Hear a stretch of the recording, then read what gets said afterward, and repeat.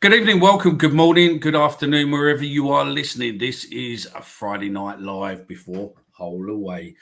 Tonight I'm joined by our short-wearing aficionado, Stephen. Good evening. Evening, Mick. Evening, Jay. Evening, chat. Hope we're all well. Yeah, we're all good, I think. And good evening, Jay. You all right? Yes, evening, chaps. Evening, Stephen. Yeah. Good evening to everyone in the chat. So, Bobby, Stephen's mum, Monica. Bobby seems to have commented about 300 times. Steve Lloyd, Connor, Dan Riggs, or what's his name as he's called? Hagrid. There we go. Hagrid, yogurt. So, yeah. Just remember, those of you with Nesbitt comments, we'll come on to him in a moment or two. It is only a loan deal, so he will be back at some point. Hopefully not, but he will be back at some point. Right then, gents, without further ado, let's just get rid of good evening, Dan. And bonjour, Mr. Frenchie. And time we done this then.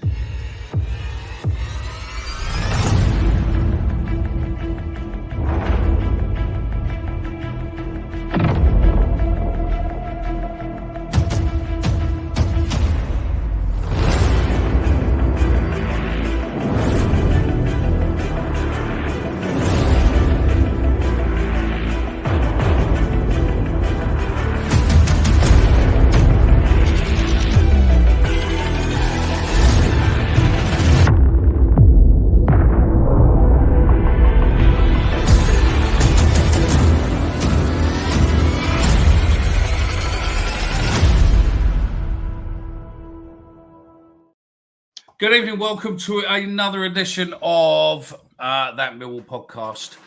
This is that Friday night live before Hole Away. It's your live preview show. Yeah,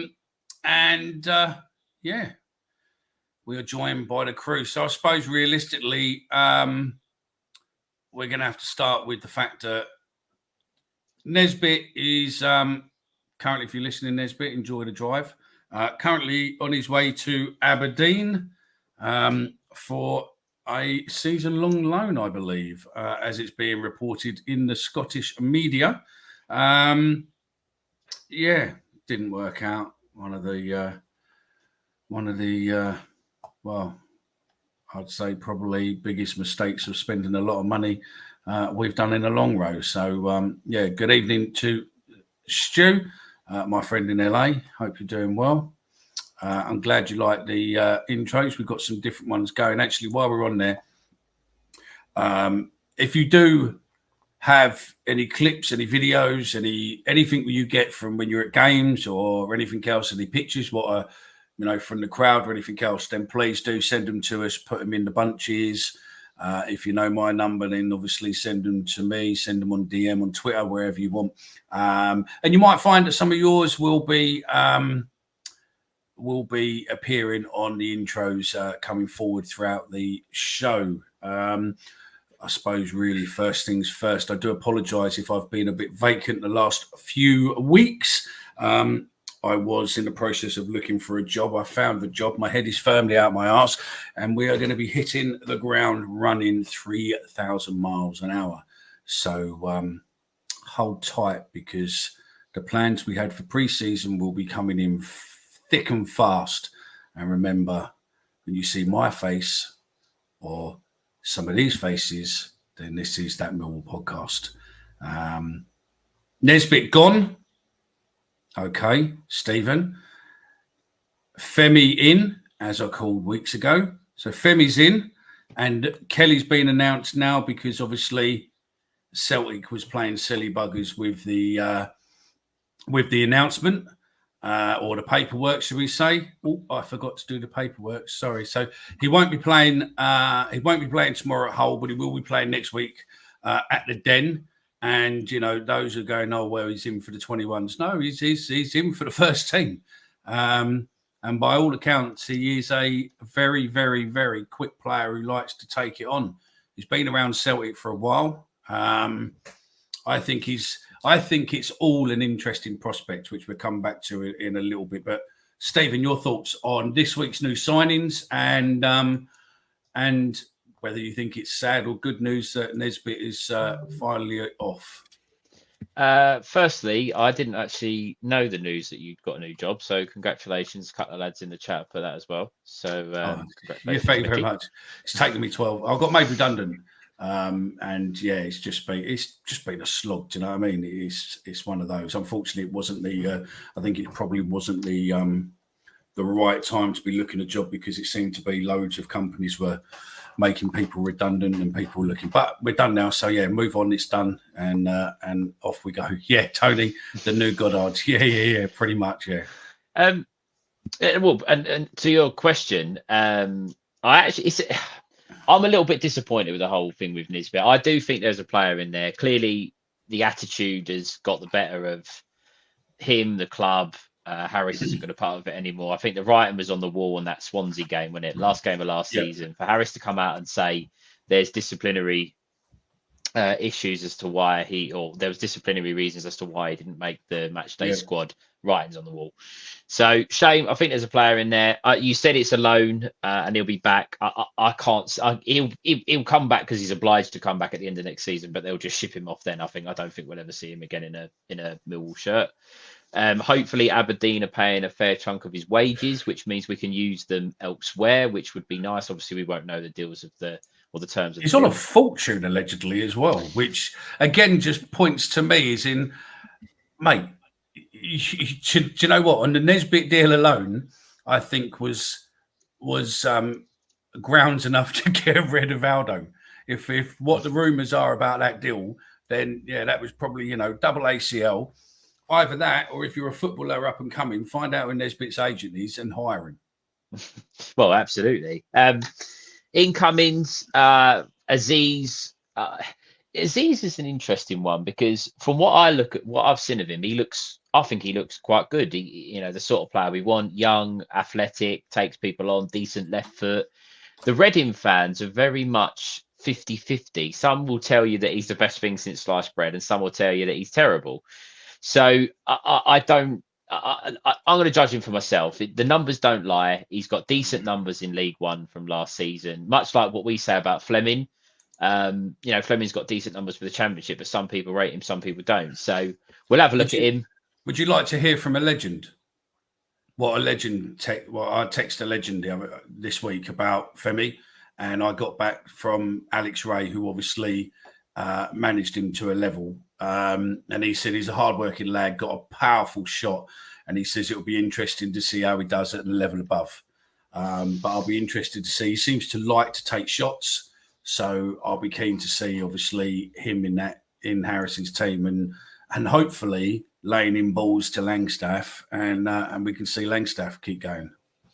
Yeah, absolutely. And the club are signing younger players, which I know has been a big topic of conversation, and we've got our own youth players as well. The same with Kelly. They're coming in, they're looking towards the future, they're trying to build a team for the long term rather than what I think we've described in our chat many times as the journeyman squad. That seems to be changing.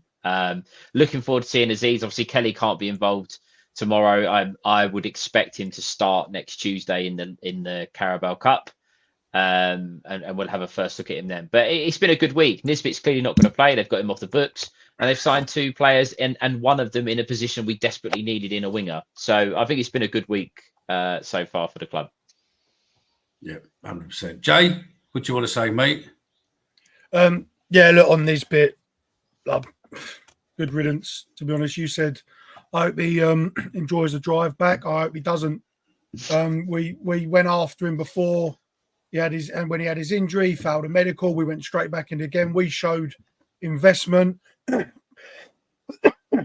trust, belief in him, and he's just thrown it in our face, and it's it hasn't worked out. I'm pleased that the club are willing to just cut their losses.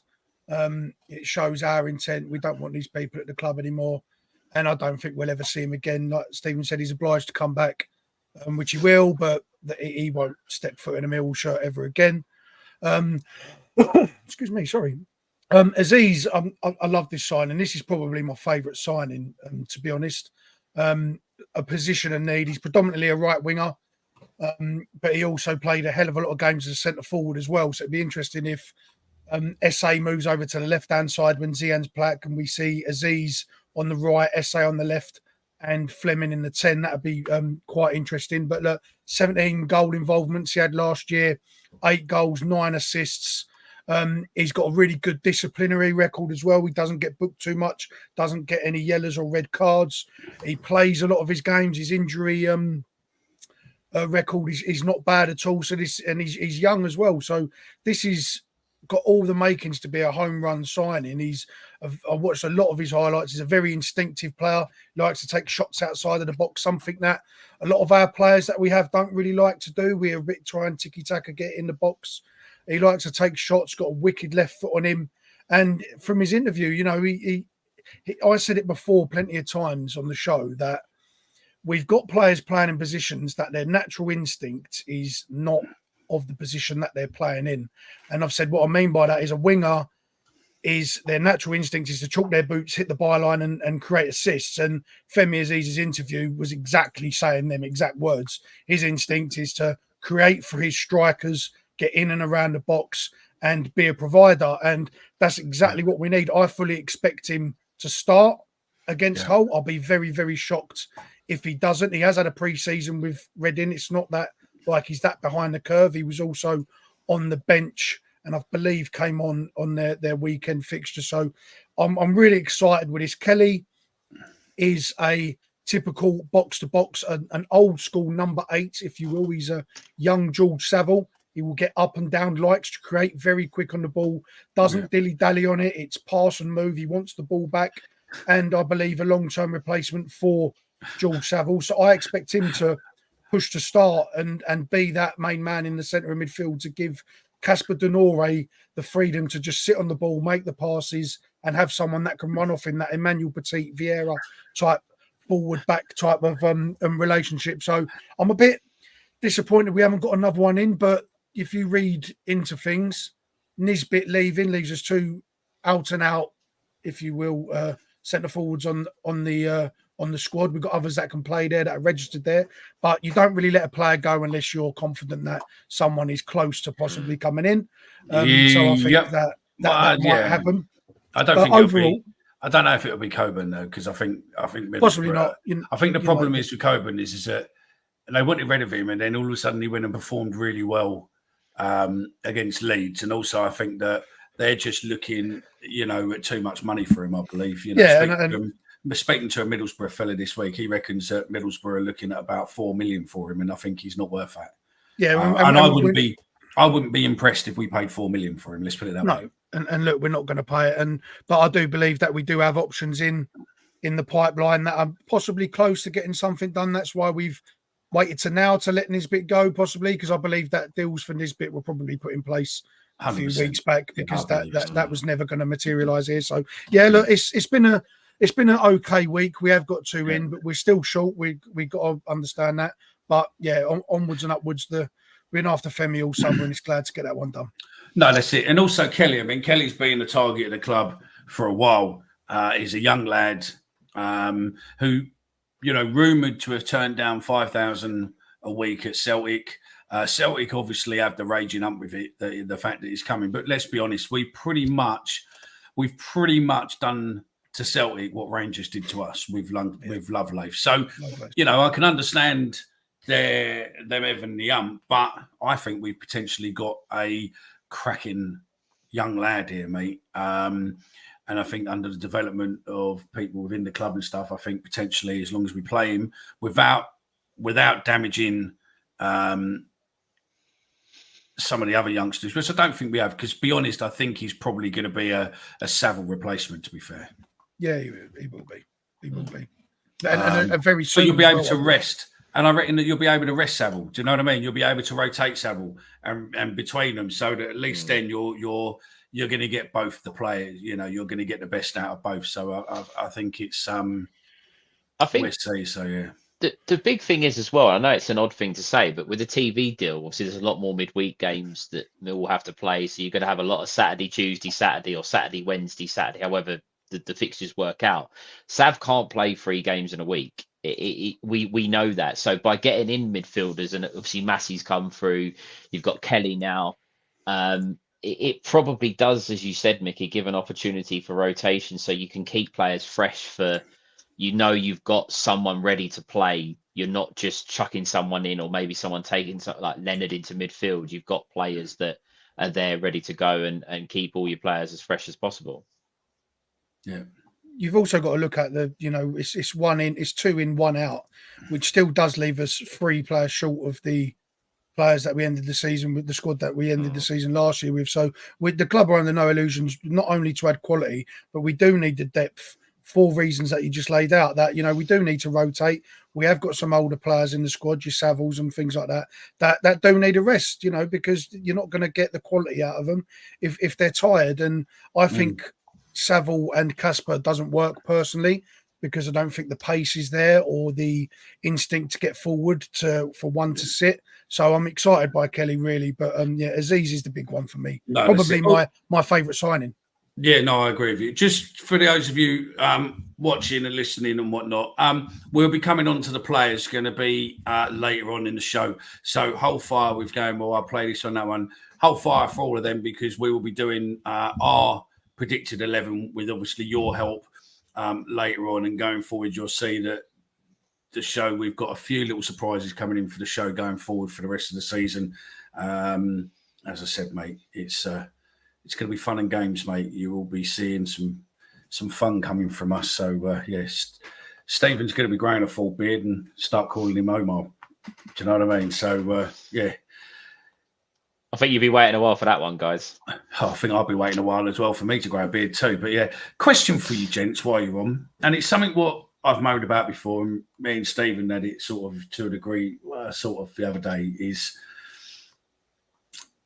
why is there all of a sudden this part of the season, or this season, that there seems to be so much like anti for the signings? I mean, we don't really sign. I think the problem is what we've got this season, and looking at it, is that we're actually getting all our targets, where normally we might get number 3, 4, or 5, or shit, we're a bit late, we couldn't get any of them. Let's just, there's a tea lady, we'll grab her, she's got a pair of boots. And I think there's obviously a fixed direction where we're going in. And I think the players we're getting in are very interesting. And I think they're really potentially going to be great for us. One, in potential resale value in a few seasons' time, if they absolutely hit the ground running. And 2, for us as fans to be able to watch some more potentially exciting football. I just don't get the level of negativity from people at the moment. And it's, I don't know, it's madness. I'll just come in there, and this is for the chat as well, but a question back to you, and I'll answer what you said, Mickey. To the chat, do you think that Femi Aziz was our first choice, or do you think Ryan Longman was the first choice and Aziz was second? So there's a question to the chat. I think both. I think we might have wanted both, but do we think we moved on to Aziz and chased him all summer because we obviously Longman become unavailable and then become injured? And on the negativity thing, Mickey, I think I'm not negative about our I agree with you. I think they're exciting players. It's exciting times. You can kind of see a little bit of a vision, and I think that's what fans want. You want to see where the club's going. What are they trying to do? If we just sign a bunch of 30-year-olds, you kind of think, well, what are we going to do this time next year? We're going to be in the same boat. So I think the negativity perhaps, and I don't agree with this, comes from, if you look at what the other clubs perhaps are spending in the Championship, and you kind of look at ours and go, this is what we're competing with. We know that we're not going to be the top of the food chain in the Championship. We have to accept that we do have to wait for other clubs to maybe do their business before we can do ours. But there are a lot of fans out there and people out there of all clubs, it's not just us, that get frustrated with that. I accept it. I know that we can't just go out spending millions and millions of pounds, but you do look on paper and you look at some of the signings, and it's very, very. You think we are really punching above our weight still, and I think that that does still carry a little bit of weight, but not for me. Mickey, you're on mute, mate. Oh no, I'm not on mute, but my microphone's switched off. But yeah, good evening, Matt. Hope you're well, mate. I will give you a text later because I want to talk to you about doing something for a pre-record. I want your knowledge of what you have. So yeah, and if you're about and you want to come on tonight, mate, just drop me a message, drop me a WhatsApp, and I can send you a link. I don't know. It just seems. I mean, honestly, we could assign Messi and Ronaldo. And I still think that there'd be people moaning about it. I don't think there's they're too old now, mate. Yeah, but you get what I'm saying, right? Oh, I know. I don't think, for what we've seen, there doesn't seem to be it doesn't seem to be an issue with budget.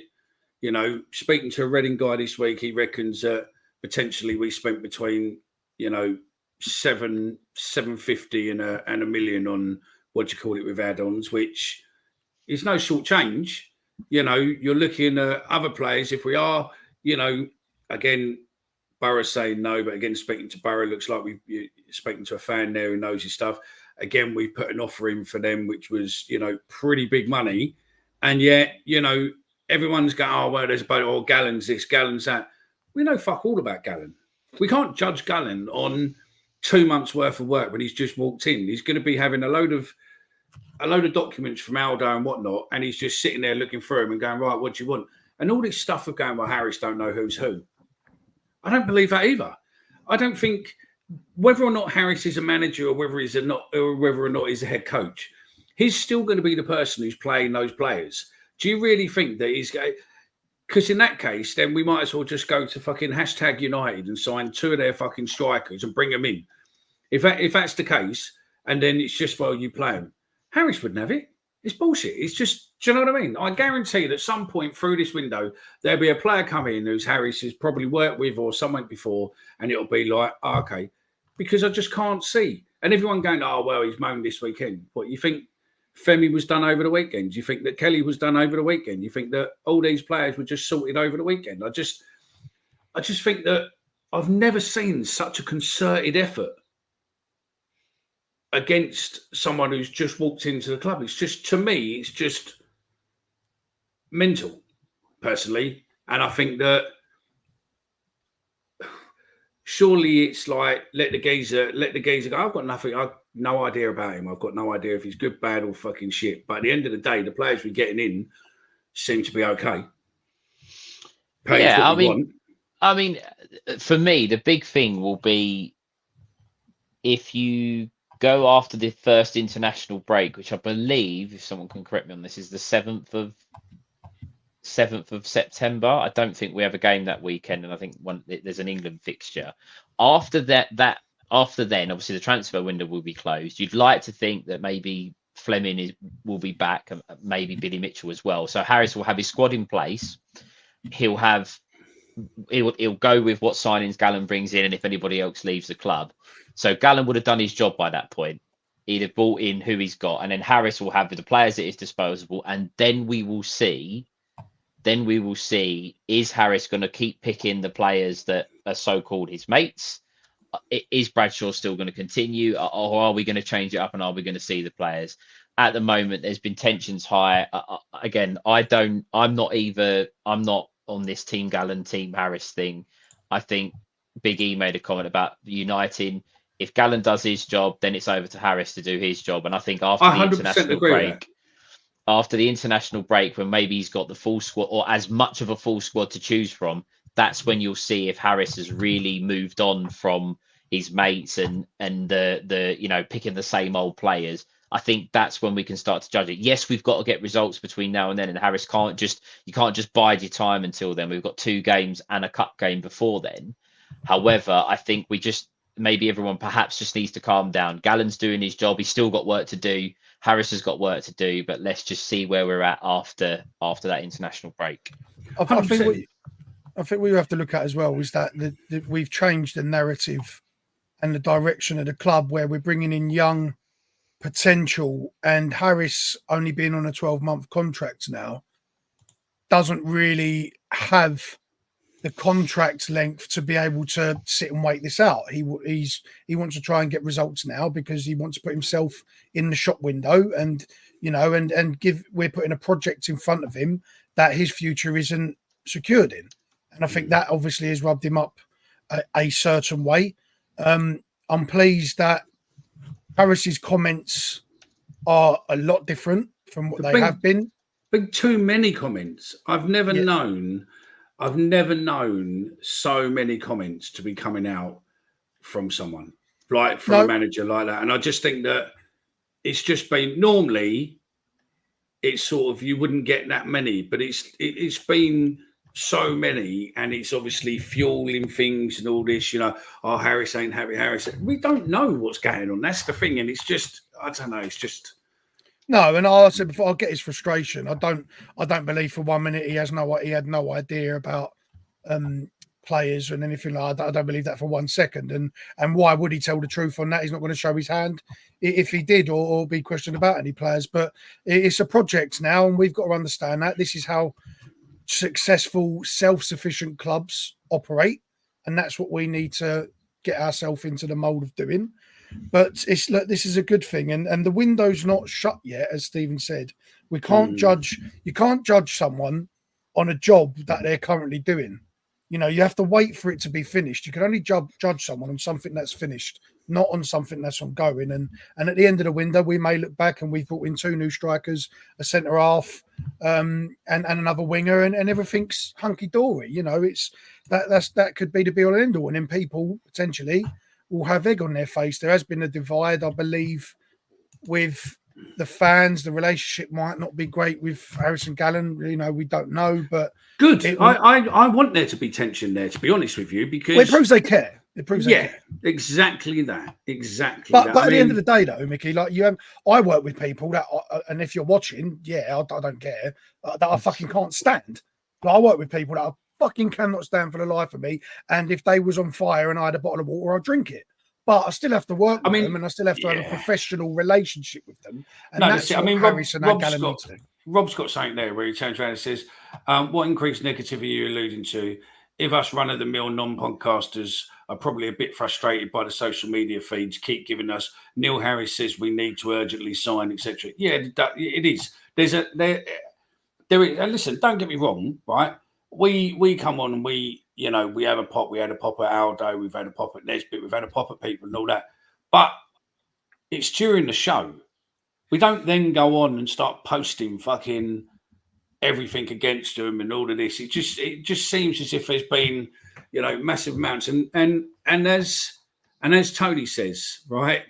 Tony says, first time in donkey's years, I'm excited about our signings. So you think though, Mickey, that comment that you just put up about, we see him from Harris and about how that affects the fans, that's exactly what that's done, because the only person we do hear from out of the club is Harris. We don't hear from Gallen. And if Harris, when he puts their messages out, we watch them videos, we react to them videos, the fan base get riled up because, we believe that, he is frustrated, and then that in turn makes us frustrated, and we do feed off that. That's what fans do. That happens at every single club. It hasn't been a good thing because, it's only the start of the season. The window is still open. We want a good season. It's caused a bit of friction, but I can't wait for next week when we could just go, what was it all about? What was it all about? 100%. Why did we have to go down this road and have Harris versus Gallen, for instance? Or don't need to. This is a wonky dory. So yeah, it's I'm excited. I think Harris is doing his job, and I think Gallen's doing his job, and I'm on the fence. I'm not team him. I'll judge it when it's done. I think Rob's given us a follow-up and he said, look, it's a project that Harris is not long-term committed to. And that's it. He has a year left on his contract. And I think that's the issue you have, is that he has a year left and it's like gone bop. Just to clarify, I don't think that about Jay, but I am concerned, Jay, the next time you go to work, when you go for your lunch break, you might be a bit knackered, mate. None of them watch it because they're all Premier By the way, League fans from countries. Jay's getting jumped at work later. Yogurt. Yeah, I mean, look, Gallen should have more communication. To be honest, I agree with you. But in a media viewpoint or in a club viewpoint, I wouldn't put Gallen out in front of the media after all the stuff coming out from. Yeah, but you never did. But and everything that's come out from Harris over the last couple of weeks, I wouldn't have put Gallen out because it would have just fueled more, speculation and stuff like that. So yeah, I wouldn't have necessarily done it. So yeah. The problem is, and just before I carry on, 107 watching, 20 likes. Come on, you Lions, press that button. It's 114 at the moment. So guys, press the like button. The other thing with that is that at all football clubs, every single football club, unless it's you get those absolute nut job chairmen sometimes or whatever, the only person you ever hear from is a manager.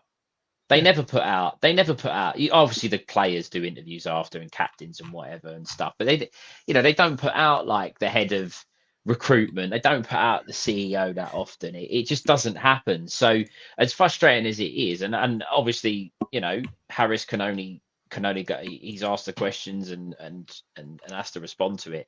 There's only one person that's ever going to ask those questions. So I do think that perhaps we need to. This next week is going to be huge. I don't think we need to comment anymore on the Harris Gallen debate. Next week's going to be huge for both of them. Yeah, both of them are they're going to be doing their jobs. They're going to be working overtime because as Jay said earlier, we're probably 3-4 short already. So they've got to pull their fingers out and carry on the good work. And I'm sure that they will. And I'm sure that they've got players lined up. Yeah, you've also got to look at that. Harris is in charge of what happens on the pitch. Gallen's in charge of who we put on that pitch. And they will both be judged accordingly. And for both Harris and Gallen, that time isn't now. So that conversation shouldn't be taking place right now. Yeah. Wait, what do you mean? Oh, yeah, I thought you were talking about me then. I was in the first team, mate. So, yeah, no, I'm all right. Big E says 449 going to Hull tomorrow. Let's lead that into us going to Hull. And we'll take 2 seconds and we do this.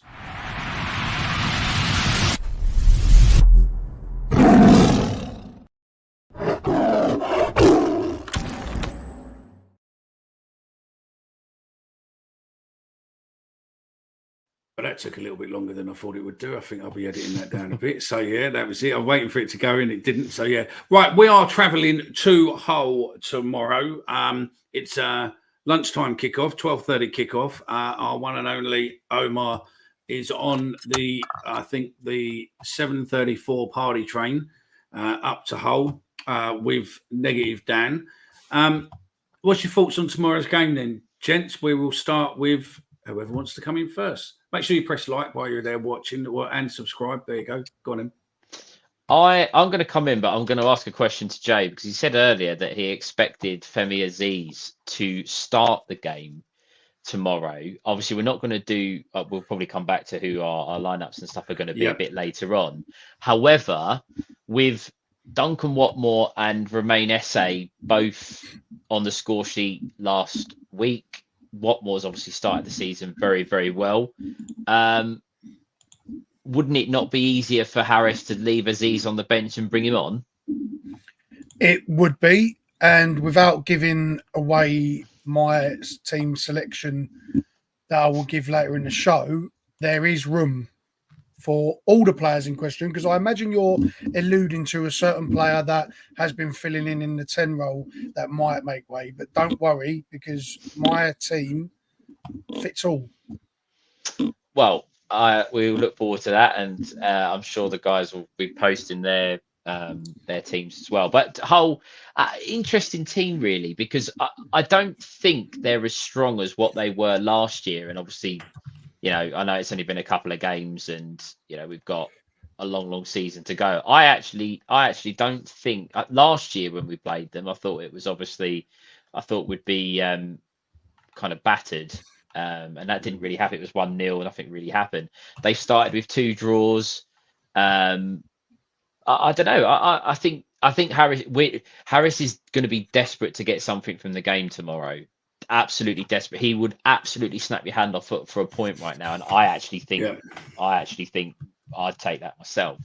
So I think we'll be cautious again because he's not going to want to have 0 points after 3 games. But I don't know what that's going to do to the likes of SA, to the likes of Watmore, who are creating chances. Are they going to be stifled if we're happy with a point?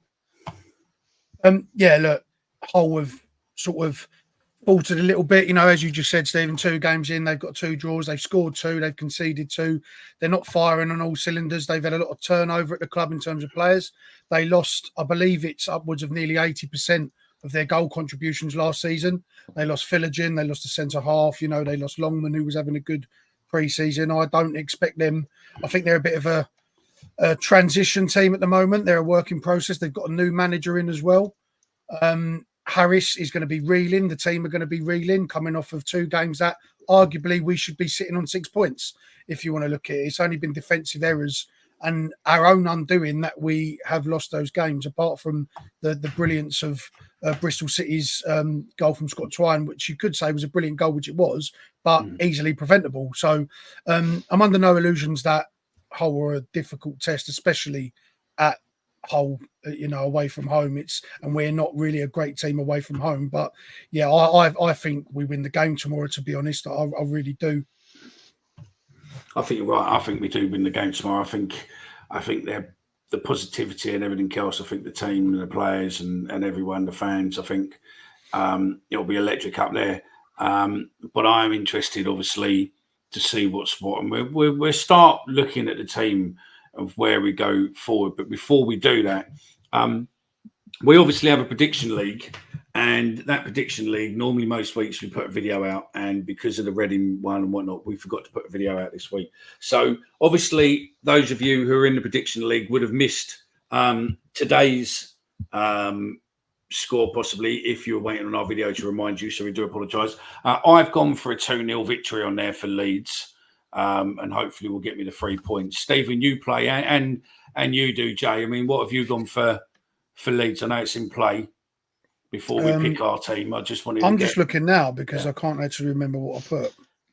I think I went 2-1 Leeds. Right. I said 2-2. I said 2-2.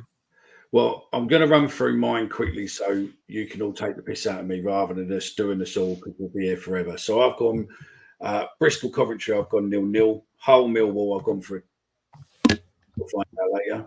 QPR Plymouth, I've gone for a 1-0 QPR. Blackpool Oxford, I've gone 1-0. Middlesbrough Portsmouth, I've gone 2-0. Norwich 0, Sheffield United 2. Preston 0, Luton 1. Stoke 1, West Brom 1. Sunderland 2, Burnley 2.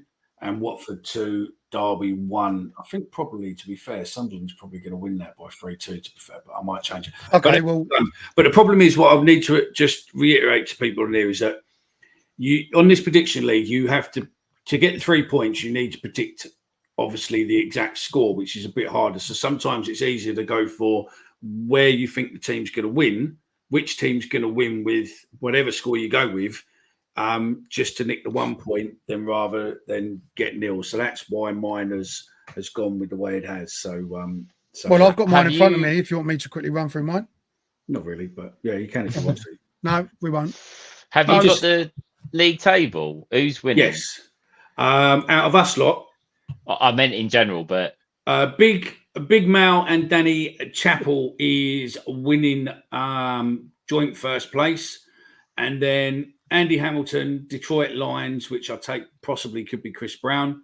Lions Raw, friend of the show, Mark Webb. No, I'm thinking Matt Webb. No, that's Mark Webb. That's someone else. I know that. I know Mark. He's 12.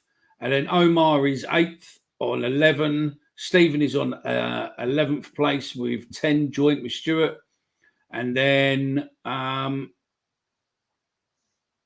Jay is 14th and I'm 22. And then there's shitloads behind me. So, yeah. Jay's little grin on his face there. Look, I thought he was going to win, Mickey. I thought he was going to win. Don't worry, mate. Trust me. Do not. I was rock bottom last week. Rock fucking bottom. This is the thing I'm doing a with Millwall. this. I'm doing With this, it's all about just nicking those 1 points. If you Yeah, can nick the 100%. 1 points and get a win, you know, rather than going for the exact score, that's how you make it up on there. But again, you know, we will be on the next show. We will be doing some prizes at the end of the month as well. It's the end of the month, so whoever's top at the end of the month will win a special prize. I remember, if you do want to do it, I will put the article link in the YouTube chat right now, and I'll pin that to the top, and just click on that link, and you will basically, it's pinned at the top of the comments. It's on our website, so if you click on there, it's free to join.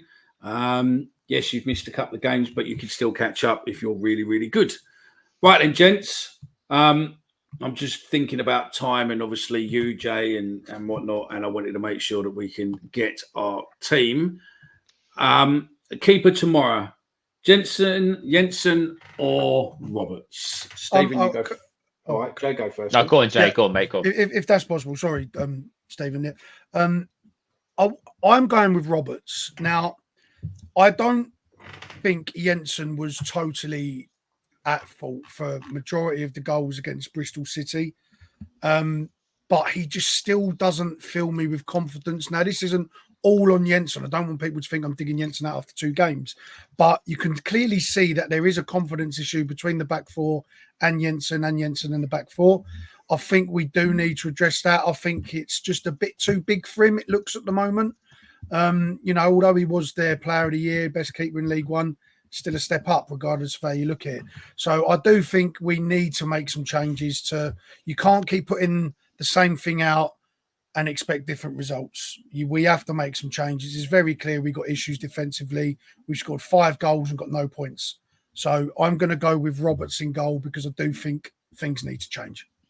And use Jensen, give him the cup games, give him Leyton Orient, get him some confidence, and then turn it into a proper goalkeeper battle when both have got some confidence about him. Because in the confidence department, Roberts had the edge anyway. He's experienced at this level, played at this level. So that's what I think I'm going. Get yourself in the comments while Stephen's going to speak. Just put in Jensen or Roberts and let us go. So whole game on Sky 12:30. Why can't we record it? Because it's not on it's not the main game. It's on the red button, and you got to go through. You can't record off of those. You can only record the main game. Yeah, Sky Sports Plus. You'll be able to watch a playback tomorrow though on Millwall TV. Millwall TV. Oh yeah, you can. Yeah, you will. Yeah. Got it, Stephen. I'm going to go the other way. I'm going to go with Jensen for one more opportunity. I think that I don't think he was at fault for any of the goals last week, personally. And I know that he conceded 7 goals in 2 league games. It's not great, but I think we give him one more opportunity. There isn't a huge away following, obviously, and it's away from home. Like, there's not going to, like sometimes there's people saying that people getting on his back, and he might not feel that necessarily. Tanganga's back. So my question then, sorry to interrupt you then, Stephen, before you move on to that. Mm-hmm. My question to you is then, if we was playing Hull City at home, does Jensen get benched because of the crowd? Not necessarily, but I do think that is a factor in it. That the fact that we are away from home, I do think it's going to be less people on his back. So that goes in his favour. I also think what you said about the Carabao Cup, I'm going to go the different way. If it doesn't work for Jensen tomorrow, if there is a problem, the fact we've got the Carabao Cup on Tuesday, Roberts can play. If we keep a clean sheet, if he plays well, it's an easy transition to bring Roberts into the first team in the league off the back of a League Cup game. Yeah. So you've got, and I'm not saying that Harris would or anyone would ever say to Jensen, right, this is it, this is your last chance, or we're going to play the other bloke. But I think you give him the chance, give him one more opportunity in this game to show us what he can do. And if it doesn't work, you do have an easy transition to change it to Roberts, providing all goes well in the cup game. Yeah, okay. Mickey? Fair enough. I'm probably the same. You've been on the Roberts bandwagon from day one. I think I would prefer Roberts because I think he's got a lot more confidence in this league. But on that same level, Jensen was the best keeper in league with 18 clean sheets, etc., etc. So there is something about him. and it's probably going to be more confidence than anything else. So I would probably, I don't know. Do you know what? I'm probably going to go. I would probably have said Jensen, but I think realistically, it's a game we want to win. I'm going to go Roberts. I think Roberts. Can I just? I'm just going to put a comment up from Jonathan. Picking Yes, Jensen exactly what sends I a message. think. If he plays shit, he gets picked, and to Roberts that he won't get a game even if Jensen is shit. Just on the back to you, Jonathan, and obviously the guys, Jay, Mickey, and the chat. Jensen's had one bad game. He's made 2 mistakes, one and a half if you can include the free kick. Yes, he conceded 4 goals last week, but they weren't down to him. So he's had one bad game out of 2, realistically. He made a great save as well last week. He did make a really good save. Yeah, I think there was 2. I think it was one in the first half, one in the second half. And if you look at the goals last week, he was let down by Leonard for the first one. He was let down by cut the centre halves for both goals that were good. I think the third and the fourth goal, because it's just tap-ins from inside the middle of the box. So he's only had one bad game. I don't think it gives a bad message to Roberts at all. I think it gives the message we have invested in Jensen. He is the guy we paid decent money for a goalkeeper. He's the one that we've invested in to be long term. If it doesn't work this weekend, you have an easy opportunity, as I said earlier, to change it and go with Roberts. So I'm not saying last chance saloon, but one more go. One more. I think for me, I don't think it's about mistakes overall. Making, let's put this one who's got the less mistakes. He just doesn't fill me with confidence. Like the set pieces again at Bristol City, there was another corner that came in that he should comfortably grab, being 6'6", 6'7", and he fumbled it and landed on the floor, and luckily was able to retain possession before someone nicked it and stuck it in the back of the net. It's just a confidence thing for me more than anything. And mistakes aside, sometimes putting someone in the firing line when they're short on confidence like isn't always the best option. I do agree that it does send a good message to Roberts that, look, even if you do get in, if you do make a couple of mistakes, you will get the chance. I do get that point of view, but I just think if we were sitting here on 6 points, Jensen will start. But I do think that we have to make some changes, and I haven't got the full confidence in Jensen yet. Does it do what? Where is it? It says there. Dan Jonathan Fraser says, picking Jensen sends message. If he plays shit, he'll get picked, and to Roberts, he won't get a game even if he will go. He won't get a game even if Jensen is shit. I think personally, play Roberts in a championship game, put Jensen in a cup game, and see how they perform then, because obviously it is against lower league. And build his confidence that way. Build his confidence. Yeah. I would say that's Roberts. I would go Roberts. So who are you two going with, Roberts or Roberts? Jensen. Stephen? Okay, Jensen. So Roberts is in the team. 2 versus 1. Sorry, Stephen. Right, so right. Game of opinions. That would be Roberts is our chosen keeper for tomorrow. Back 4 then, gents. I will give you 2 of them. I will go Harding and Tango. And then obviously it will probably be Cooper and it won't be Hutch. And let's for the record, chat, we're doing, this is not what we believe Harris will pick. This is probably what we want. This is what I was. So I would go definitely Tango and Harding. I would prefer to see Harding. Who are yours, and who do you think will be there? Yeah, look, I'm fully on board with that. I think Cooper, in my opinion, is shot to bits. He hasn't got the pace at all. There was a couple of incidents where he was out of position. There was one where he done a Jordan Archer and he's headed it back towards goal, and he just didn't have the pace to get back. And yeah, I think he's shot to bits. And people are saying, Tango will be the answer to everything. Tango's not Paolo Maldini. He's not Barassi. No, he's not Barassi. He's not Carvalho. He's a good defender, but we can't put all that pressure on Tanganga and expect him to solve all the defensive issues. I just don't think Cooper's a captain. I think he's had a lot more leadway that if we had better defenders at the club, he probably wouldn't be starting. So I would like to see a change there because we do need some pace. It's a big pitch at Hull. They like to stretch the field of play. And Harding, by all accounts, he's looked pretty good pre-season. He's very vocal. I think him and Tanganga could be a really good partnership. There's some legs there.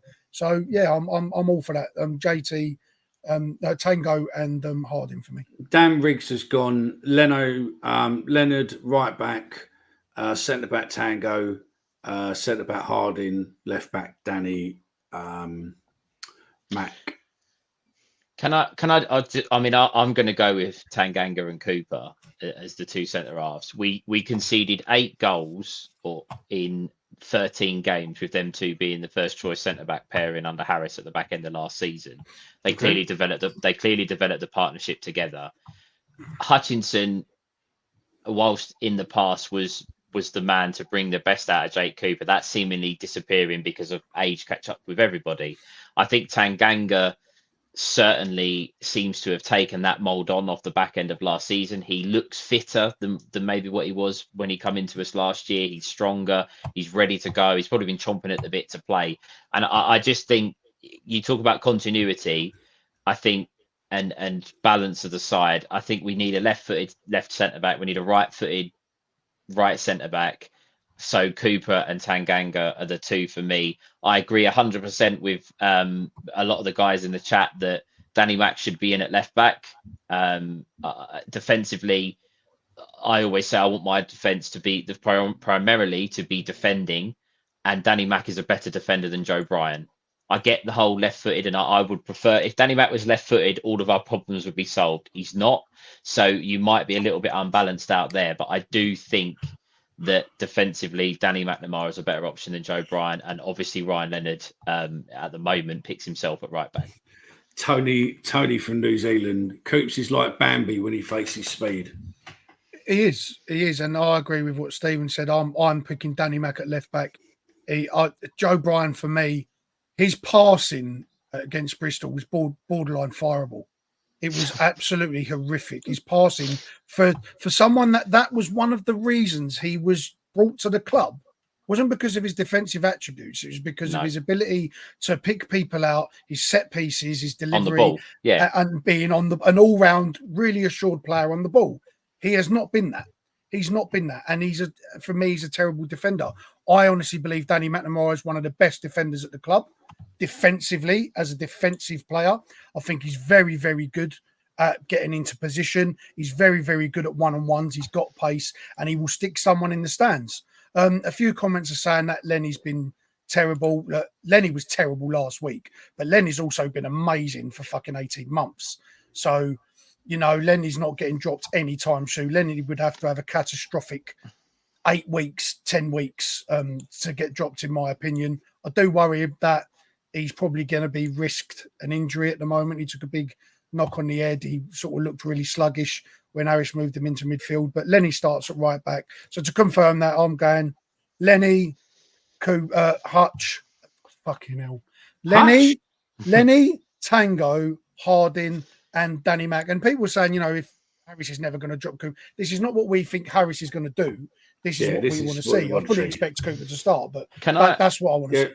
Can I just jump in? Yeah, go on. Just a second there. Dan Riggs said we're not talking about last season, we're talking about this season, and Hutchinson and Cooper have been shit, as has Joe Bryan, right? If guys, if you haven't watched, me, Ben and Omar did a show about our defensive frailty, so we go into a little bit more detail on this. So if you haven't seen it, go back and watch that. I'm not going to repeat myself too much if you already have watched it. But we're talking about people making mistakes. In the first game, the goals have been put down to the goalkeeper's error and a goal that was perhaps offside. So I don't think Cooper and Hutchinson can be blamed for those ones. And then last week, it wasn't the keeper's fault, it was the defenders. So the defenders have had one bad game, the keeper's had one bad game. We can't, do you know what I mean? I agree that Hutchinson probably shouldn't be in the team, but I don't think it's a case of just saying, our players are shit after 1 or 2 games, especially when it's been only one bad performance from each section. I agree with that. Cooper exposed by Bryan last week. Joe Bryan going forward is excellent. Defensively, he will leave you short, and that's where you need him. Is he excellent? I think he's dog shit. I'll be honest with you. Joe Bryan, I think Bryan. if you watch him, his touch and his movement, and I think if he, obviously we don't have anyone in the box to really hit. I think if we did, I think you'd see a lot better from him. But again, I said this in the show we did a couple of days ago, I want my defenders to be defenders first. I don't care about going forward. Watmore and Esse are scoring goals moving forward, who are playing in front of Leonard and Joe Bryan. So they're doing their jobs. We need the guys at the back to be doing theirs. And if they're not capable of doing it, I want someone to come in and be able to defend. And that's why McNamara should be in there. McNamara at left back, Leonard at right back, and Tanganga and Cooper as the two centre halves. 2-2-1 again on Harding and Tango starting at the back.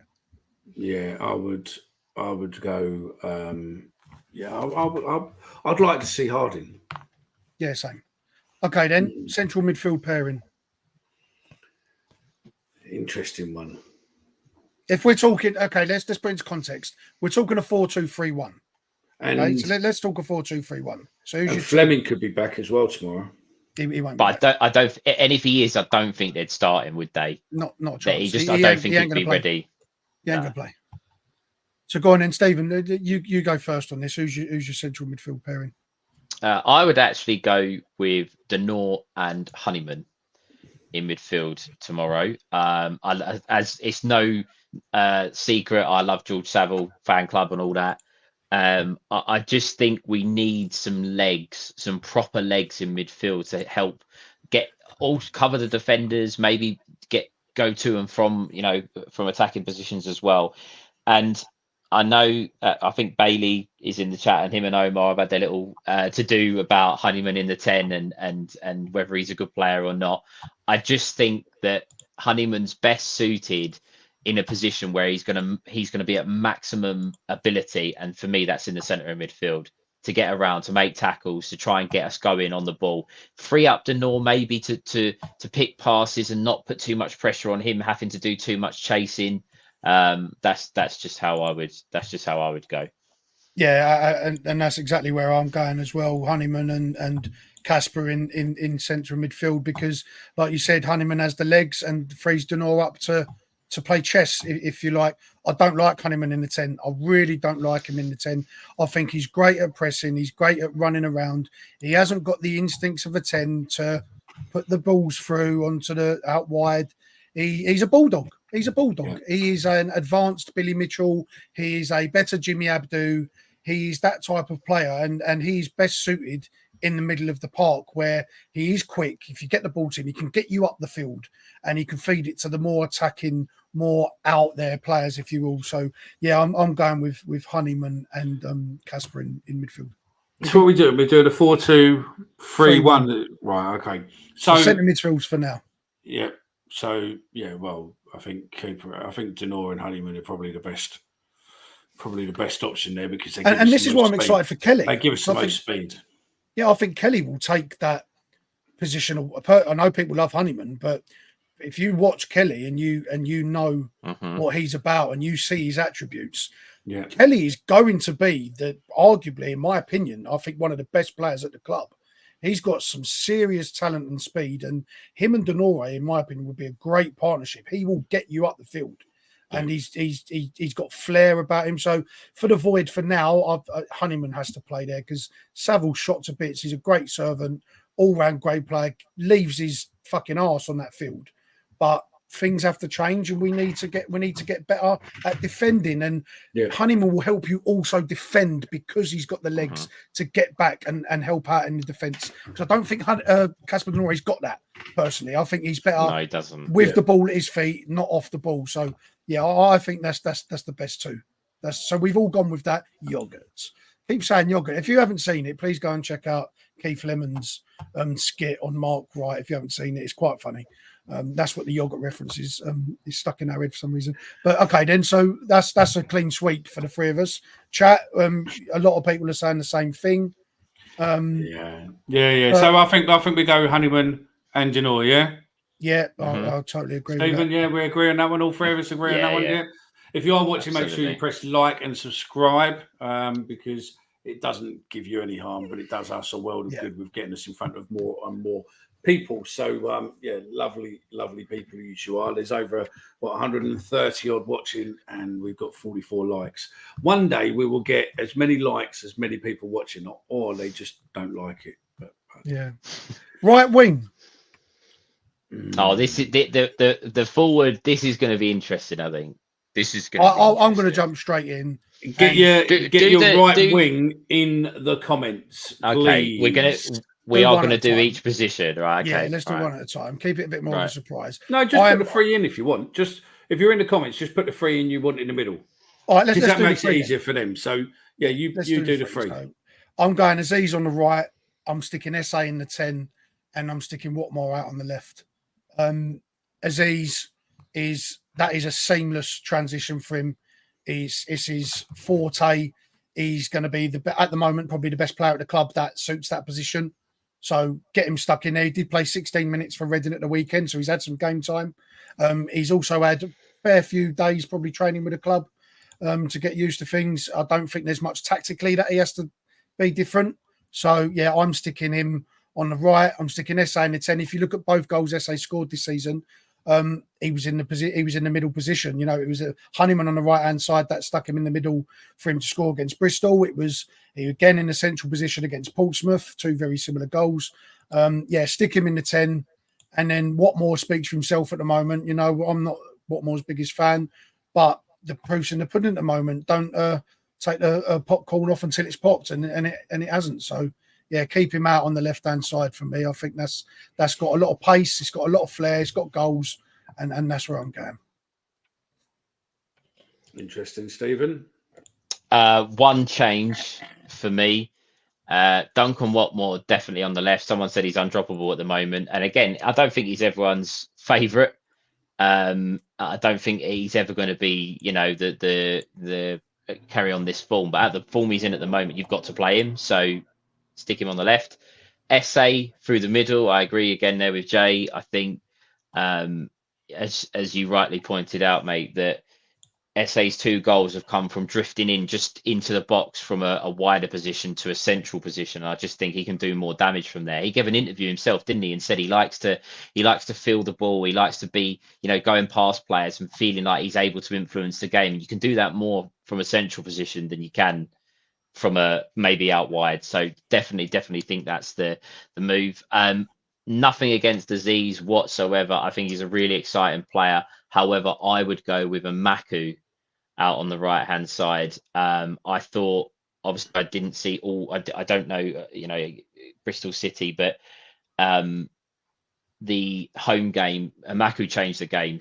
He was absolutely superb coming on, admittedly down the left, but I think he can do a job either side. He can use both feet. I really think it give him an opportunity to go out and run at Hull, and then bring on Aziz, give him maybe half an hour, 25 minutes to give us a flavour of what he can do, but give Maku a chance to really start the game and try and push them back, because they're going to try and do that to us. So why can't we do that with them and give Maku the chance to do it? No, look, I do agree with that. I agree in the opposite sense that I think Marco at the moment is better used as an impact player to relieve Watmore. I don't think Watmore's someone that takes time to get into the game. I think you have to start him. And I think Imaku is primed to come on with his pace and his ability to stretch the field to take advantage of a tired, more complacent whole team, especially if we're leading the game or we need a change of pace. I think Imaku fits both situations. So that's what I'd go with that. But yeah, no, fair play. Mickey? I agree with you. I think Imaku comes on as a better replacement player. Didn't know that, did you? I want to put about Daniel Kelly. Yeah, yes, he is. Yes, no, that's correct. Yeah, no, that is. I read that. Yeah, I forgot to mention that. No, yeah, he is. I would say I think Camarco would be better to come on for when Watmore's blowing, and all of a sudden it would just reinvigorate the legs. And I think that playing Femi and SA with Watmore will bring in so much pace to that middle that realistically no one's seen it yet, and you can suddenly just turn over. You could turn over, and then you look and go, well, who else have we got to come on then as well with subs? And you go, well, you've got replacement for Watmore. You've got replacements for a few of the ones there to suddenly bring in. You've got Tom Lee as well. You've also got, obviously, Massey in different positions. So you can suddenly just keep the pace and the speed and the determination there. So, yeah, that would be mine. I would go SA, Femi, or Femi, SA, or whichever way you want to put it with Watmore. I would probably say Watmore in the middle as well. Yeah, because you can also look, you know, George Saville, if this is the team that it goes with, can come on late on. You could push Honeyman up into a 10 position if you want, where you can relieve Aziz for Emarku. You can also then relieve Watmore for SA. So the options are there now. They're starting to get there, and that'll only get better when, you know, Massey gets more experience, Kelly comes into the team, and Fleming comes back. So it's a good problem to have. But yeah, that's the reasons I go. I don't think if Watmore hadn't started how we had, Emarku would be the starter out on that left-hand side. I do believe that. But at the moment, he's probably he's arguably the only person on the pitch at the moment, and SA a close second, that I wouldn't change at the minute. So no, I think. I mean, Daily Millwall says, you know, very wet tomorrow, balls over the top, likely to slide off the pitch. So I reckon, again, it's we need to be just running it. So we've got obviously that 3 sorted. I think we're all pretty similar. Just on that. Yeah, on that with the wet pitch and stuff, it's ball into feet. SA wants the ball to feet, doesn't he? He doesn't want to be chasing long balls over the top. Aziz probably looks the same from what we've seen on the clips. He wants the ball to him to turn and then run with it. So if we're ever going to come away from playing the long balls over the top, it is by playing those type of players in them type of positions. And that's why I think Cooper gets dropped. Because our natural instinct is to smash it long with Jake Cooper. You ain't going to do that with Tanganga or Harding. They're better footballers. So, fair enough. I think most people are in pretty much agreement with that. This is going to be, I think, unanimous now. I'm going to start. You're going to start, Mickey? Okay, I am going to go with Macca. I'm going with Longstaff. Yep. Langstaff, even, not Longstaff. I'm going with Langstaff, 100%. Job done.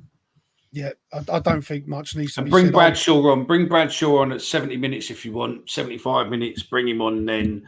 But I would say with the speed and pace you've got in that team, bring Langstaff and just let him do his stuff.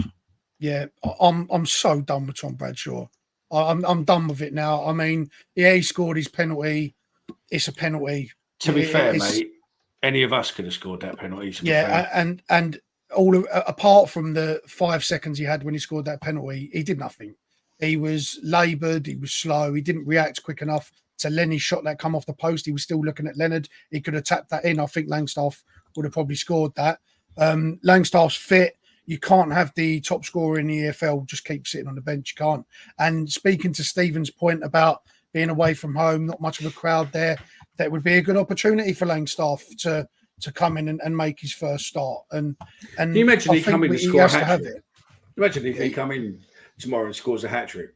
If he comes in and scores a hat-trick, and then Tom Bradshaw's not let back on the bus, he has his contract mutually terminated right there, and he can negotiate from the north of England if he wants. That's how it is. But I'm done.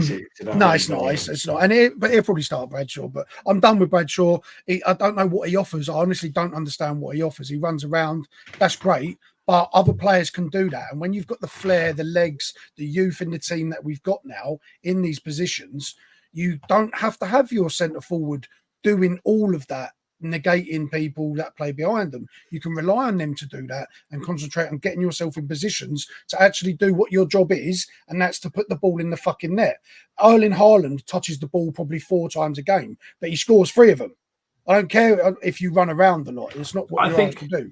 Personally, with Kelly coming in, with Femi coming in, if you're not playing Langstaff, there's a serious issue. Because with those players playing, it should be right. Langstaff, we've got pace, we've got people who can put service in, and I reckon that Langstaff will finish goals all day long. And I think that we could cause real problem if we start scoring goals. Like I said before, if he scores 10, 15, 25 goals, a season, all of a sudden, mate, we're fucking in a completely different picture. I listen, Daily Millwall, PFA Player of the Year. Yeah, well, I don't know if he got Player of the Year. I think he was beaten actually by Jody Jones, to be fair, because he got the assist records. But, that's the other thing. Sorry, but that's the other thing. He was at the PFA Player of the Year. He was up for the vote. Yeah. Why didn't Millwall post anything about that? Well, we did, but why didn't they? Well, and this is what I was just going to say, that I think Femi Aziz signing is all for Langstaff. He is Jody Jones. He is a better Jody Jones. He's the exact same type of player. He wants to feed his strikers. He likes to attack. And Langstaff, that is perfect signing for him. An absolute perfect signing for him. So you've got to start starting him. I don't know what Bradshaw offers anymore. Been a good servant. He's worn the shirt with pride, gives his all. But this is about scoring goals. And while we are doing it from all other areas of the pitch, Bradshaw isn't doing it, and we need our strikers to. And you've got the best striker in the EFL. Play him. Has to happen now, because I'm done with it now. My Blackhead says, imagine if Brad scores a hat trick.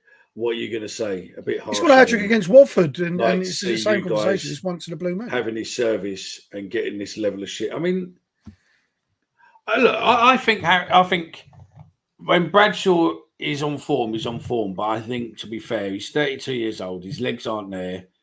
And when you've got a player you've just signed who's got the record, 70 goals in 90 appearances, and then you've got players like Esse and Femi who are suddenly putting balls in. If Bradshaw can't score with balls coming in from Esse, then surely it's give what's his name? I'm not saying bin him right now. I'm just saying I think personally Langstaff should start. And the fact he isn't, considering younger, faster, potentially better, I think he is strange. Very, very strange. So he averages 5 goals a season, and that's including the monster season he had when he scored 17. It's just you can't have this Rolls Royce sitting on the bench and you're sticking a full Fiesta up front. That's just can't do it. There. B-line, 2 Bradshaw touches, kills a counter attack because he's so slow that the defence catches up to the players breaking forward. Yeah, no, agree. But Stephen, you've been waiting very patiently to get your pick in. So, guys, get your comments in. You can't see many comments about who you'd rather start tomorrow. But Stephen, finish up our starting 11 for tomorrow. We have only got 2 options now with Nisbet off. Is it Bradshaw or is it Langstaff? It's Tom Brad. No, it's not. I love that. That's brilliant. Oh, you sold me there. You actually sold me there. It's got to be Langstaff. I listened to you guys there, and reading through the call, I was actually reading through just what everyone's saying, and lots of talk about it. It's the same as the Cooper piece, same as Jensen. There's certain positions that people are going to talk about massively. Tom Bradshaw is another one of these. He's probably good around the change room because he's been there a while. He loves it in London, and he's settled. He probably comes into work with a smile on his face, all that kind of rubbish. I do feel sorry for him because he's had to literally play up front on his own in a team that's just lumped it up to him for 4 years or whatever. So I do have sympathy for him, and I do still think there's a job for him at the club as you said, come on after 70 minutes and let him chase defenders down and let him put pressure on and maybe have an out ball. But you've signed someone who has 100 goals in the last 3 seasons. Okay, not all in the EFL, but he scored a bucket load in League 2 last season. You've got to give him the opportunity. And also, it's not just about giving him the opportunity. It's about, you want players to gel. You want players to settle. Langstaff is the future. Tom Bradshaw isn't.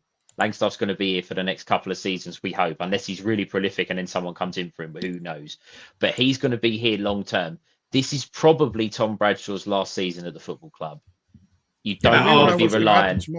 At our football club. At our football club. I just can't see what benefit it does for anybody to keep playing him from the start.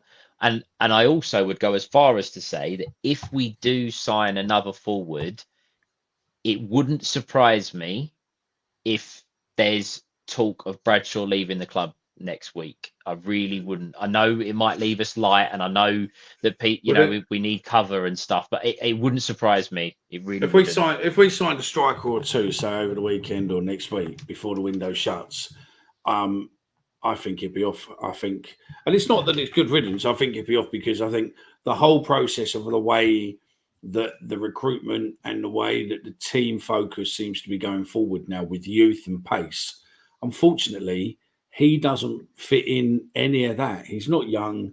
He doesn't have pace. Thank you very much for the service you've given us. It's been much appreciated. Thank you very much for the hat-trick against Watford and the other hat-trick that year. Who was that against? No, it weren't Coventry. Sheffield, wasn't it? Can't think now. Yeah, he did. Sheffield United. Yeah, and thanks very much for that. And you'll always be remembered for it. But time isn't a football player's friend. And we've seen it with Morrison, we've seen it with Greggs and that. It catches hold of you, and you can't be playing in that position for forever and a day. He is like a little Jack Russell, but I prefer him to be a little Jack Russell who could put the ball in the back of the net every time he touches it. If we sign 2 strikers, Bradshaw's off. If we sign 1, I still think there could be a chance, but Harris will look at, are we going to be light? But if we sign 2 strikers next week, I can't see Tom Bradshaw being in the club because he goes down to 4th choice. He goes down to 4th choice. And that's a good service to him, though. You have to do right by Tom Bradshaw because he has been a good servant for the club. So you will be doing a justice through him for letting him move on, letting him pick his team, probably terminate his contract. I don't think you'll get much of a fee for him. But there was a time at the club where, being the age that Bradshaw is, you were pretty much set at the club because that was how we operated. Being the age that Tom Bradshaw is, that George Saville is, that some of these players are getting on, your clock's up at Millwall now because this is not the direction the club are going in. We're getting younger, we're getting faster, we're getting more prolific, we're getting more upside. And Tom Bradshaw is everything other than that. It's not as if he's the wrong side of 30, but he's offering us 10 to 12 goals a season. Yeah, he's not Ronaldo, is he? Offering us 6 goals a season.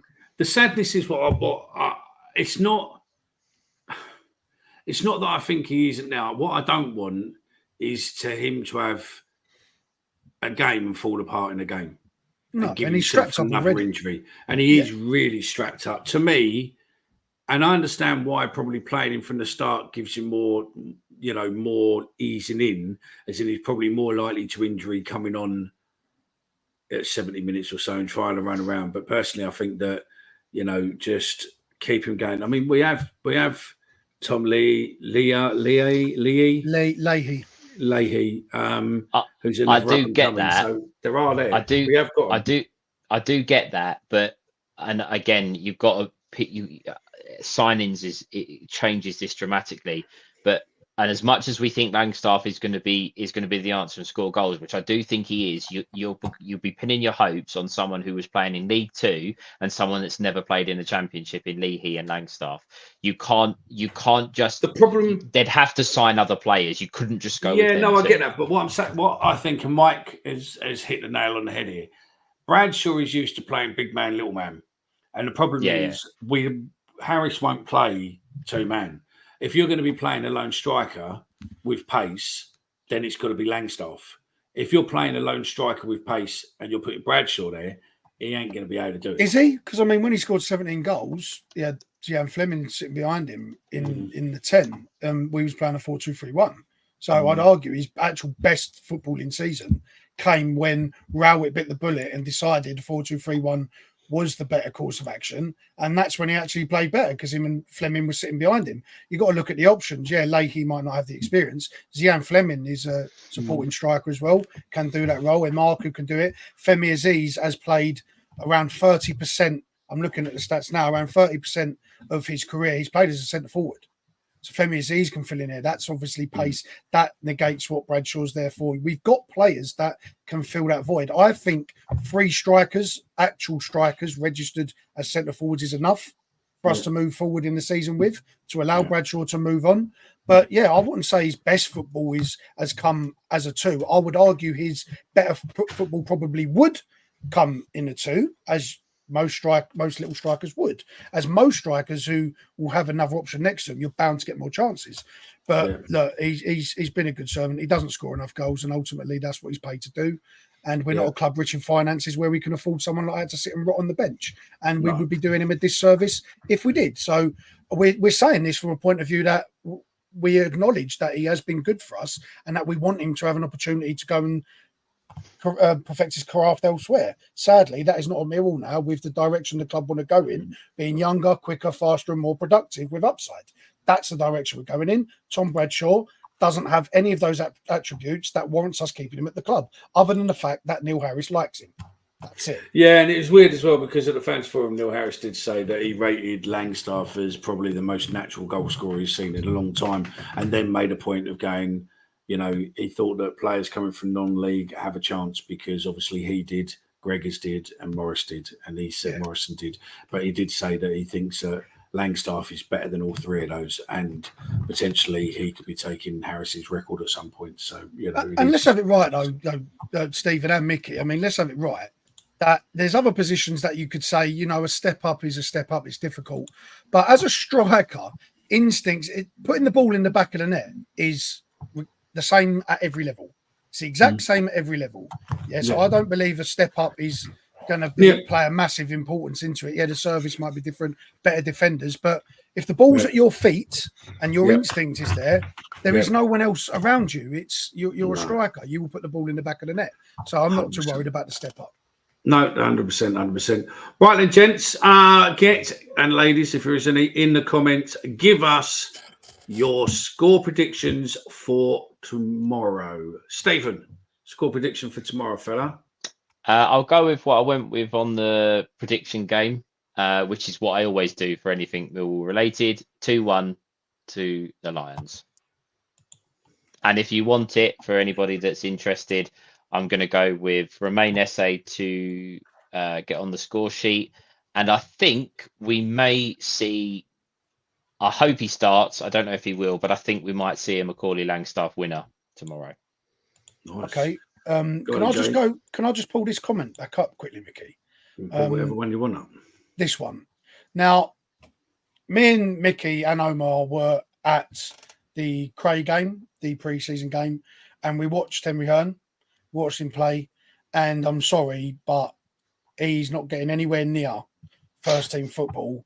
And clip this, screenshot this, whatever you want, because we watched him and that guy is a loose cannon beyond belief. Don't you remember, Mickey? He lost his head within 30 seconds of the game kicking off. He wanted to punch someone. While we loved that at Millwall, his positional play, he might look really, really good in the under-21s, but no, I'm sorry, that's not a thing. The score prediction, my actual prediction I put on a prediction league was 2-0. I think we'll win 2-0. I think Langstaff will score and I think Esse will score. I think we'll be quite comfortable. I'm not really a confident guy, as the chat know. I have got a bit negative recently, but I'm pretty confident in tomorrow, to be honest with you. So 2-0. Matt Webb's gone 3-1. 2-1. There's lots of Mike's gone. I expect Omar to go and Cooper to score first. 3-1. Depends on the team, but Hull, City Tigers 2, Millwall 2, 8-0 Millwall. Bradley to get all 8. If he gets all 8, that'd be 3 seasons worth. Do you reckon Interstellar beat teller is either Bradder's burner account or his wife's burner account? You know what I mean? If it comes in 8-0, mate, good luck to you. Do you know what I mean? So there's all the 1-1s. If it comes in 8-0, regardless of who scores, if it comes in 8-0, I'll do the pod naked. Wow. Okay. Only the top half. You'll only see the top half. You'll be doing that one on your own, mate. You'll be doing that one on your own. Yeah, I won't even be watching the feed, mate. Do you know what I mean? Well, whoever tunes in will have to have a discussion with himself if they tune in for that. No, that's it. Right, gents, let's go through a couple of these. I've highlighted some of these chats. So first one is, if we need another big man and couldn't get Coburn, I would go after Aziz's former teammate. I think so. Yeah, I totally agree. You are on about there, and he tore us apart. And I think he's probably cheap. He's on the last year of his contract as well. Big lad as well. I think 6'4", 6'3". So I agree with him there. We've done that one. Where so how are we explaining having the best EFL goal scorer who is not injured and on the bench over a 5-goal a season striker? It's criminal, no excuse. Guy's a goal scorer. Playing. How long? Who is long-term manager? I don't know. If Harris goes, I'd love to see Mascot, but there you go. That would do. We'll come back to that on another show. Yeah. Perhaps that's why Tango. Yeah. Did you? I saw that. I saw that. I mean, let me just get this quote up, right? For those of you who haven't seen it, there was a quote being flying around the papers, the press today, possibly. And right, so and I don't know what the other bit is because it's only been a quote, but it says, so are high-profile bosses in England's elite division more aloof to players than Harris. It just depends on their characteristics and also the level of the team, says Tango. I don't want anyone to shoot me for this, but I see the resemblance between Mourinho and the gaffer here in how they manage people, and it is their character which helps galvanise the team. As much as that sounds absolutely comical, I get it. Yeah, I get it. It makes sense on the basis that Harris knows what it takes to play for Millwall. Maybe not so much now, but Jose Mourinho knew what it took to play at the top level. When he was at Chelsea, when he was at Madrid, he knew how to get the best out of those players. I mean, some of the Chelsea players were great players. Don't get me wrong, Real Madrid were great players, but he got the best out of them. And Harris gets the best out of, or he was, say, back end of last season, he got the best out of those players. It is a bit nuts to compare him to Mourinho, but I can kind of see where Tanganga's coming from. Yeah, you got to look at the period of time that Tanganga's been at the club. Have been under Harris. It was under that resurgence at the end of the season, so Harris would have been giving his Braveheart talk every week. I imagine that tune will probably change over the course of the season, but he did see the we're in the abyss speeches from Harris, and Mourinho is very outspoken. He's very flamboyant. He's very aggressive. So's Harris alongside of him, and so's Harris. So I can see the comparison. I believe the comparison is only based off of the time that Tanganga spent at the club, and that will change, and he'll probably more likely compare him to some other people that are not named Jose Mourinho. But I can see that, and that's a good thing to hear from one of your high profile players and your high profile signings. So it hasn't done any harm. Let's be honest, comical as it is. So Bradshaw will be off to Wrexham next week. Okay. If anyone not going a whole, Cray Wanderers are going to be showing the game live to Millwall. Season ticket holders are free, and they have a game same day at 3 p.m. kickoff if anyone around there fancies it. Matt Webb says there isn't a problem going forward. It's defence. Even with Tango, I have grave concerns. I will text you after the show, Matt. Burnley are away at Bradford tomorrow. Not long ago, we were playing them in Bromley are away at Bradford tomorrow. Not long ago that we were playing them in the playoff final. Very true. If you're a pro on good money, you shouldn't need someone to make you better. Who has better hair, Danny Mack or Joe Bryan? Danny Mack. To start, Amaku, Esse, Watmore and Azir and Fleming, if fit, to come on. We've done all those ones there. So, that's pretty much it, gents, for another show. So, where are we? History will tell us. There we go. So, 8-0 with Jensen in goal. 8-0 to them with Jensen in goal. That's more of a bet, I reckon. Pray for 7 or 9 then. History tells us we won't win. However, I will take a 1-0, but expect goals. Ask Bobby. That's probably Rosalind Lind is probably saying if you're naked, by the way. So, here's a special one. I totally understand that. That's it. Jay, any last comments, fella? No, look, good show. Good show again. Look, everybody, make sure you like, make sure you share, make sure you subscribe, and come over and play some fantasy football with myself and our Northern correspondent, Mr. Ben Green. Episode 3's out now. Sponsored by That Millwall Podcast. They sound like a really good podcast, they do. I'll have to tune in. Yeah, have a watch, mate. Have a watch. But no, no. Look, it's things are starting to look a little bit better. So a couple of really exciting signings. So hopefully next week puts the icing on the cake and go Millwall. Come on, you lot. And remember, if you are wanting to continue the conversation, then please come and join us in Bunches. I will put the link to join Bunches in this show description on both podcast, Spotify, and obviously on YouTube, so that you can probably look and see where the yogurt comes from, because there has been bits and pieces posted on the benches, and there is some lookalikes and all of that. So yeah, check that out. Stephen, any final words, fella?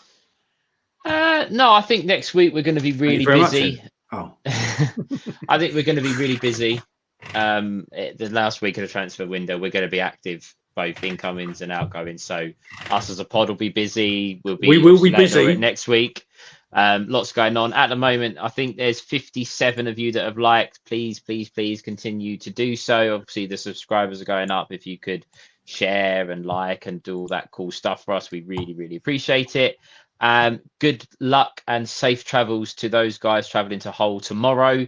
Hope the journey's worth it. I think it's going to be absolutely lashing down most of the journey, so be safe if you're traveling up there. And as we've all gone for, Millwall wins tomorrow. It'll be worth the journey, and we'll be all happier, hopefully, come 2:15, 2:30 tomorrow afternoon. Yeah, I think it will be, mate. So yeah, it's going to be an interesting weekend. It's an interesting week. Obviously, transfer window closes, and I think we're probably going to have about, what should we just lie and say, half a dozen in. So my final message is be nice. Let's be excited for the season ahead. And I think it's all going to be cracking. And also, without naming you, but you know who you are, there are a couple of you out there who run different accounts, as in on Instagram and stuff, and on Twitter, where you keep reposting stuff of rumours or, bits and pieces.